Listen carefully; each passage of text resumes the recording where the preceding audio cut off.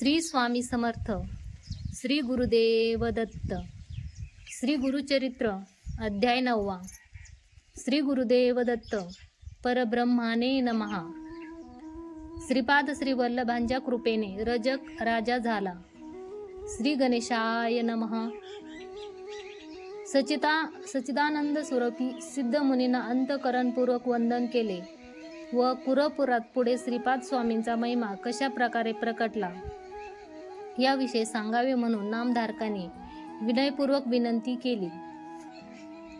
सत्याच्या अन्वेषणात व गुरुभक्तीची तळमळ असलेल्या नामधारकाची गुरुभक्ती अजून वृद्धिंगत व्हावी या दृष्टीने सिद्ध मुनींनी श्रीपाद गुरूंचा आप्तसेवक असलेल्या एका रचकाचा वृत्तांत सांगू लागले. ते म्हणाले, प्रिय नामधारका, तू खरोखर ज्ञानार्थी आहेस. श्रीपाद श्री वल्लभ हे जरी साक्षात त्रिमूर्ती स्वरूपी असले व त्यांना कोणत्याही प्रकारची धार्मिक कृत्य आचरण्याची आवश्यकता जरी नसली तरी लोकरूढीप्रमाणे सर्व धार्मिक विधींचे आणि अनुष्ठानांचे आचरण ते करायचे. रोज त्रिकालाई कृष्णेकाठी जाऊन विधीपूर्वक स्नान संध्यादी कर्मे ते मनोभावे दक्षतेने करीत असत. रविदास नामाचा एक रजकही प्रतिनित्य कपडे धुण्यासाठी कृष्णेकाठी येत असे. दररोज त्रिकालही तो दुरून श्री गुरुदर्शन घेऊन त्रिकरण भक्तिपूर्वक त्यांना वंदन करून त्यांच्याशी काहीही न बोलता आपल्या कामात व्यस्त होत असे.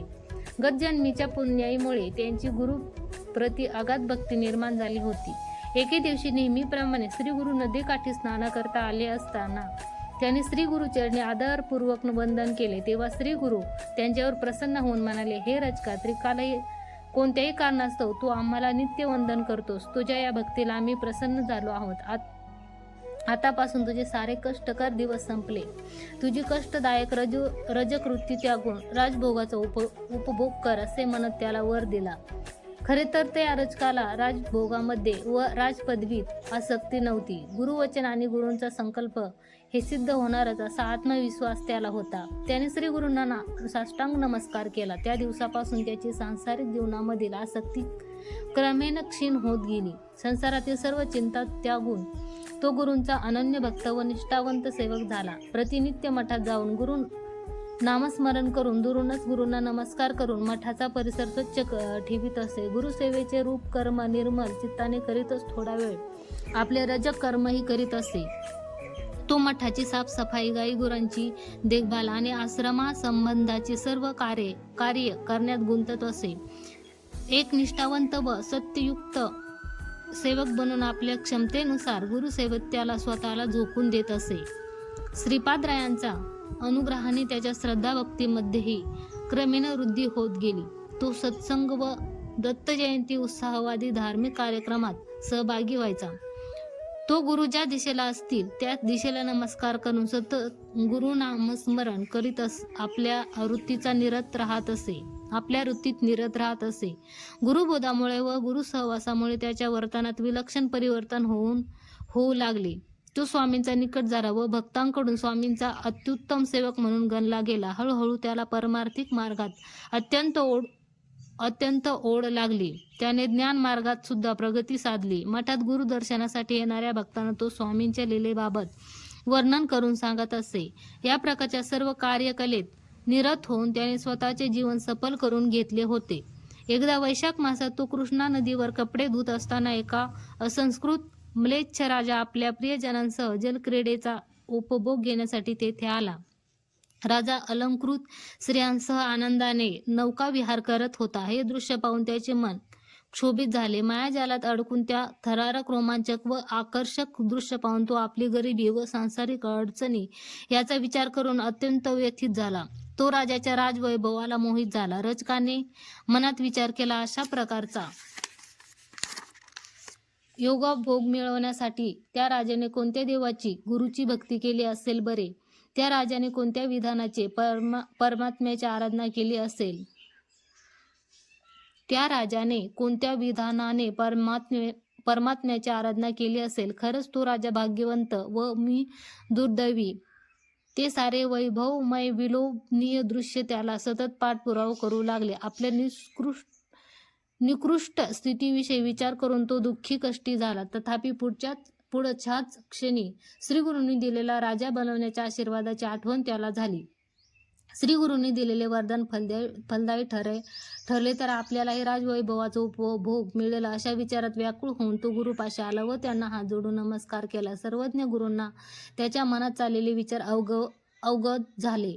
ते म्हणाले, हे रजका, तुझ्या मनात कसली तळमळ आहे? रजक अत्यंत निरागसपणे जे आहे तेच बोलला. स्वामी, यवनराजाचे वैभव पाहून माझे मन अस्वस्थ झाले आहे. या म्लेच्छ राजाला राजपदवी व राजसुख गुरुप्रसाद म्हणूनच मिळाले असेल आणि अन्य कोणामुळेही नाही. मला खात्री आहे की मी जे दृश्य पाहिले ते खरोखरच गुरुभक्ती, गुरुसेवा आणि देवाच्या दयेने व गुरुप्रसादाने लाभलेले एक उदाहरण आहे. स्वामी, ते दृश्य सतत माझ्या मनाचा पाठलाग करीत आहे व माझ्या नजरेसमोरून हटतच नाही. प्रिय गुरुजी, त्या दृश्याचा साक्षीदार झाल्यामुळे मी राजा बनल्यानंतर मिळालेले लावण्य आणि आनंद यांचा सतत विचार करत असतो. मनोवांछित पूर्ण करणारे हे कृपानिधी ज्ञानामुळे तामस गुण उद्भवतो. ते तामसी गुण क्षणिक आणि नश्वर असलेल्या या मायामयी प्रपंचाच्या विषय सुखाकडे खेचतात याची मला जाणीव आहे. तरीही विषय चिंतनेने माझे मन विचलित होत आहे. हे गुरुदेवा, खरोखरच मला प्रापंचिक सुखात, ऐश्वर्यात आसक्ती नाही. मला या जन्मी तरी आपल्या चरण कमल सेवेत पूर्णतः रमावे हीच अंतिम इच्छा आहे. मला चांगल्या प्रकारे माहीत आहे की गुरुसेवा हे समृद्धी मिळवण्याचे आणि अर्थपूर्ण जीवन जगण्याचे एकमेव साधन आहे. तसेच मनुष्य जीवनात गुरुसेवाच उत्कर्षाला व सार्थकतेला मूळ आहे. तेव्हा श्रीपाद गुरूंनी रजकाला म्हणाले, रजका, गरिबीमुळे, क्लेशामुळे तू तुझ्या आयुष्यात खूप कष्ट व त्रास अनुभवला आहेस आणि मानसिक यातनाही भोगल्या आहेस. जन्मतः सुख संपत्तीपासून वंचित राहिलेल्या मनात अशा प्रकारचे विचार स्वाभाविकपणे येतात. साधारणतः प्रत्येकाला वैपुल्यपूर्ण विलासी जीवन जगण्याची इच्छा असते. जीवनात आजपर्यंत सुखाचे रेषांश सुद्धा व अनुभवले नाहीस. तू गुरुसेवेत निमग्न झाला असला तरी तुझ्यात अजून वैराग्य निर्माण झालेले नाही. अजून तुझ्यात सांसारिक सुखोपभोगाची तीव्र आसक्ती आहे. साधकाने या सर्वाचा त्याग केला पाहिजे. त्याशिवाय आध्यात्मिक प्रवासात यश क्वचितच मिळते.